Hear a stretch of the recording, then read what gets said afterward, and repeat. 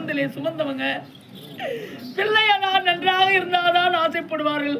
நலன் தவறி விட்டார். தாய் அழுகிற பழக்கம் தான் அம்மா. அதுக்காக நான் யாருக்காக? என் தந்தைமார்களுக்காக என் சதியை அறுத்து நீ கோப்பரை பிடிக்க என் கரத்தாலே சதி அறுத்து நீ பிடித்த நெய்கோப்பரை வீசி எறிந்தேன்.